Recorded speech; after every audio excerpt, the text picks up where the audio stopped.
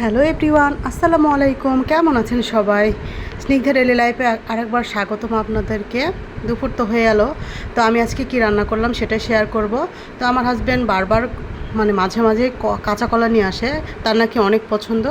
আর বাচ্চারা এক রকমের তরকারি খেতে খেতে বিরক্ত হয়ে যাচ্ছিল, তো আমি আবার কি করলাম, আজকে কাঁচা কলা দিয়ে ওদের জন্য একটু স্পেশালভাবে বানিয়ে দিলাম। তো আমার ফ্রিজে মাছ ছিল, সিলভার কাপ মাছ ছিল। তো এই মাছটা এমনিতেই অত বেশি ভালো লাগে না, ঝোল করে খেতে অত বেশি মজা লাগে না, ভুনা করলে একটু ভালো লাগে।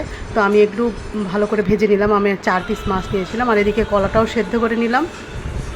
কলা সেদ্ধ করে নিয়েছি, তার সাথে আমি 2টা আলুও সেদ্ধ করে নিয়েছি। আর এই কলা আর আলু দিয়ে আজকে আমি কোপ্তা করব, আর কোপ্তা করে এটা দিয়ে মাছ দিয়ে ঝোল করব। তো আমি মাছটাও ভেজে নিচ্ছিলাম। সব কিছু রেডি করা থাকলে তো রান্না বান্না হোক আর যে কোনো কাজ হোক তাড়াতাড়ি হয়ে যায়। তাই তো সেদ্ধ হয়ে গেছে। আমি কলা আর আলু আর সাথে মশলা নিয়েছিলাম, এতে হলুদ, পেঁয়াজ, কাঁচামরিচ, গরম মশলা, ধনিয়া গুঁড়ো, আদা রসুন বাটা আর লবণ, আর সাথে গুঁড়া মরিচ নিয়েছিলাম। এগুলো সুন্দর করে সবগুলো একসাথে আমি ম্যাশ করে নিব, মানে ভর্তা বানিয়ে নিব। তো আমি এটা সুন্দর করে ভর্তা বানিয়ে নিচ্ছিলাম। আর এটা আমি যেভাবে শেপ দিতে চাই, আমি এটা বড়ার শেপ দিয়ে নিলাম। কেউ কোপ্তার গোল গোল শেপও দিতে পারে। তো আমি এরকম বড়ার শেপ নিয়ে নিলাম। আর এখানে কড়াইতে তেল গরম করে সেটা আস্তে আস্তে করে দিচ্ছিলাম, যেহেতু কলা আর একটু নরম হয়। আমি ধীরে ধীরে এটা সম্পূর্ণ ভেজে নিচ্ছিলাম। আর ভাজার পর তো আমার বাচ্চারা বলছিল যে তরকারিতে দেওয়ার দরকার নেই, আমরা এমনিতেই খাবো। ওরা তো অলরেডি প্রথমবারে যেগুলো ভেজে নিয়েছিলাম সেগুলো সব খেয়ে নিয়েছে।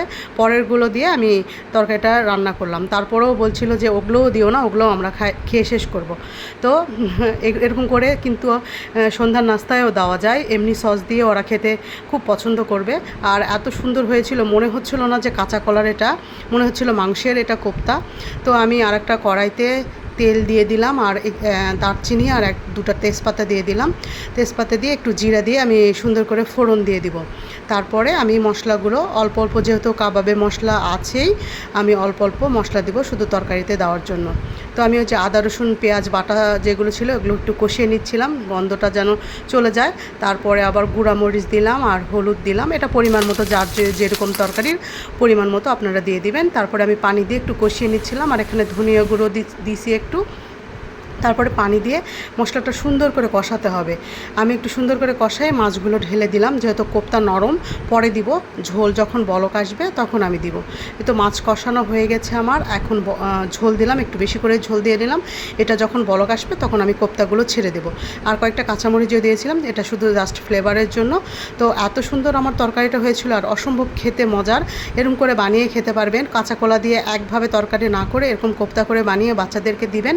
বাচ্চারা অনেক পছন্দ করবে, আর ওরা বুঝতেই পারবে না যে এটা কলা। অনেক সময় বাচ্চারা কলা খেতে চায় না, কাঁচা কলাটা খেতে চায় না, কিন্তু এরকম করে তরকারি রান্না করলে মাশাআল্লাহ ওরা অনেক পছন্দ করবে। তো ধন্যবাদ সবাইকে আমার ভিডিওটা দেখার জন্য। আর আমার প্লিজ লাইক কমেন্ট শেয়ার করে দিবেন ভিডিওটা।